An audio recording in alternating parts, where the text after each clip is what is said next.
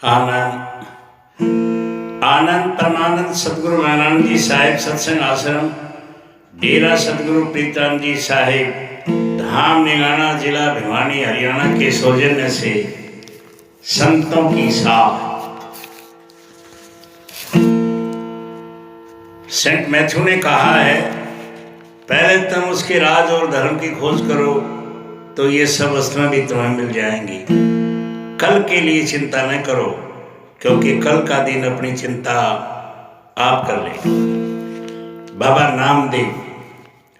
नामदेव जी एक पूर्ण संत हुए हैं। उनके गुरु ने उन्हें नाम की दौलत दी, जो कि संसार में सबसे अमूल्य वस्तु है। नामदेव के घर वाले सभी सांसारिक लोग थे, इसलिए आप इसे आंतरिक भेद को उनसे छुपा कर रखते थे। व्यवसाय से वे छिपी का कार्य करते थे। 6 दिन वह कपड़े टाकते और 7वें दिन कपड़ा बेचने के लिए बाजार ले जाते। नामदेव जी के 4-5 भाई थे। एक बार की बात है कि सब भाइयों ने माल तैयार किया और मंडी में बेचने के लिए गए। नामदेव को भी ये गठरी दे दी और सभी तो माल बेचने लगे। नामदेव एक तरफ भजन में बैठ गए। जब शाम हुई दूसरे भाई माल बेचकर चले आए, पर नामदेव अपनी गठरी उसी तरह ले आए, क्योंकि तब तक सभी खरीदार घर जा चुके थे। घर वाले ने पूछा कि माल उसी तरह क्यों ले आए? नामदेव ने कहा, कोई ग्राहक नहीं आया। उन्होंने पूछा कि इतना माल किस तरह बिकेगा? कीमत कम ज्यादा करके दे आना था। नामदेव चुप रहे। फिर उन्होंने कहा कि उधार दे आना था। नामदेव फिर चुप रहे। जब बहुत तंग किया कि उधार ही दे आना था, तो नामदेव ने पूछा, उधार दे आऊं? कहने लगा, जाओ उधार दे। बाहर पत्थर पड़े हुए थे।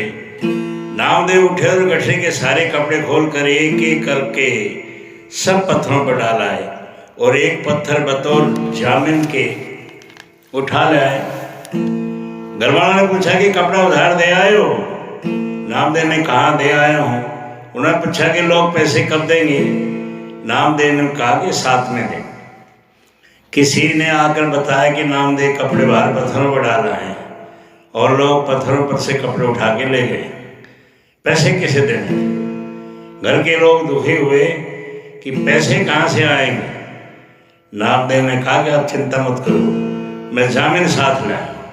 जब 7वां दिन आया, घर वालों ने नामदेव से पैसे मांगे। नामदेव पत्थर उठा लाए। पत्थर सोने का बन चुका था।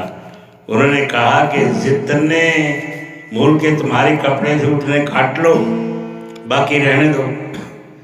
सतगुरु अपने सच्चे सेवकों की पल पल संभाल करते हैं।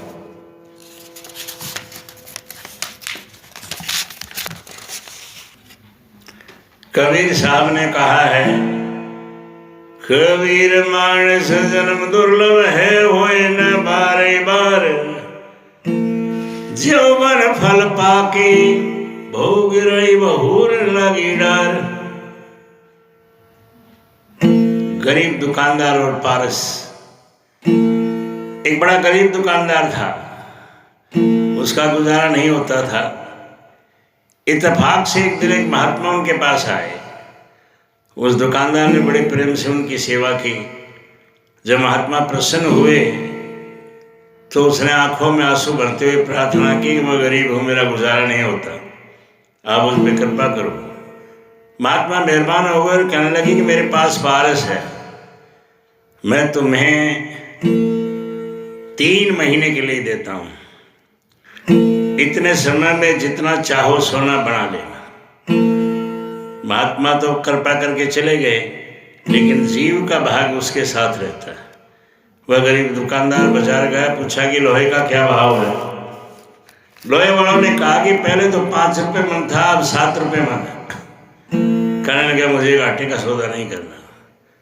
मूर्ख को इतना नहीं पता था कि 1 मन सोने का कितना रुपया होता है। बोला, जब 5 रुपये मन होगा तब खरीदूंगा। घर लौट आए। दूसरे महीने फिर बाजार गया और पूछा, लोहे का क्या भाव है? दुकानदार ने कहा, लाला जी अब तो और भी बढ़ गया। फिर बोला, जब 5 रुपये मन होगा तभी खरीदूंगा। तीसरे महीने फिर बाजार गया। लोहे का भाव पहले से ही बढ़कर 15 रुपये हो चुका था। खाली हाथ वापस आ गया। इतने में 3 महीने गुजर गए। उधर महात्मा ने सोचा कि चलो जाकर पारस ले आए। उस दुकानदार ने तो बड़े बड़े आलीशान मकान बना लिए होंगे, लेकिन जब आए तो देखकर हैरान रह गए। वही टूटी हुई दुकान, वही पुराना सा मकान, महात्मा अपना पारस लेकर चले गए। यही मिसाल हम पर घटती है। मनुष्य जन्म पारस है, महात्मा कुल मालिक है, जिसने हम पर कृपा करके हमें पारस जैसा मनु जन्म दिया है।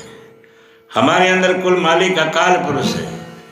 हम संसार के बाकी सब कामों की ओर ध्यान देते हैं, लेकिन परमात्मा से मिलाप के काम को टालते रहते हैं। हम ये नहीं समझते कि परमात्मा से मिलाप करके हम उसका रूप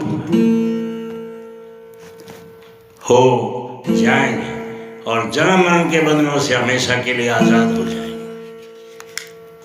अगर हम मनुष्य जन्म पाकर अंतर में तरक्की करके परमात्मा से मिलाप न करें तो हमसे ज्यादा खोटे भाग्य वाला और कौन हो सकता है। साहिब कहते हैं, पारस और गुरुदेव में इतनो अंतर हो जान, बोलो हे से कंचन कर गुरु कर ले आप समान। महाराज श्याम सिंह जी ने कहा है, सत्संगी का ये फर्ज है कि वो अपने मन पर हमेशा निगरानी रखे और उसे कभी भटकने न दे। एक महात्मा दुकान पर खड़ा वहां की चीजों को देख रहा था कि उसे एक ख्याल आया। अपने मन से बोला कि तेरी बहुत तारीफ सुनी है, कुछ अपनी करतूत तो दिखा। मन ने कहा ठहरो दिखाता हूं। वहां एक मनुष्य शहद बेच रहा था। उसने शहद से भरी उंगलियों को दीवार से फंस लिया। दीवार पर शहद लगने की देर थी कि उसकी खुशबू पाकर कुछ मक्खियां उस पर आ बैठी और शहद खाने लगी। धीरे धीरे बहुत सी मक्खियां भी आकर शहद खाने लगी। अभी वे शहद खा रही थी, छिपकली ने देख लिया कि ये तो मेरा शिकार है। उसने छलांग लगाई और झपट कर कुछ मक्खियों को शहद समेत खा लिया।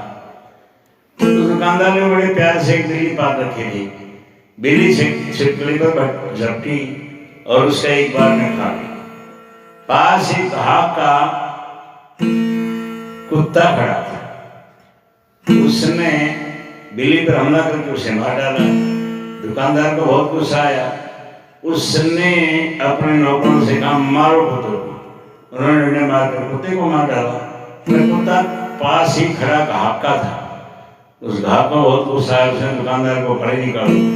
घड़े निकालने की देर की दोनों आपस में लड़ने लगे।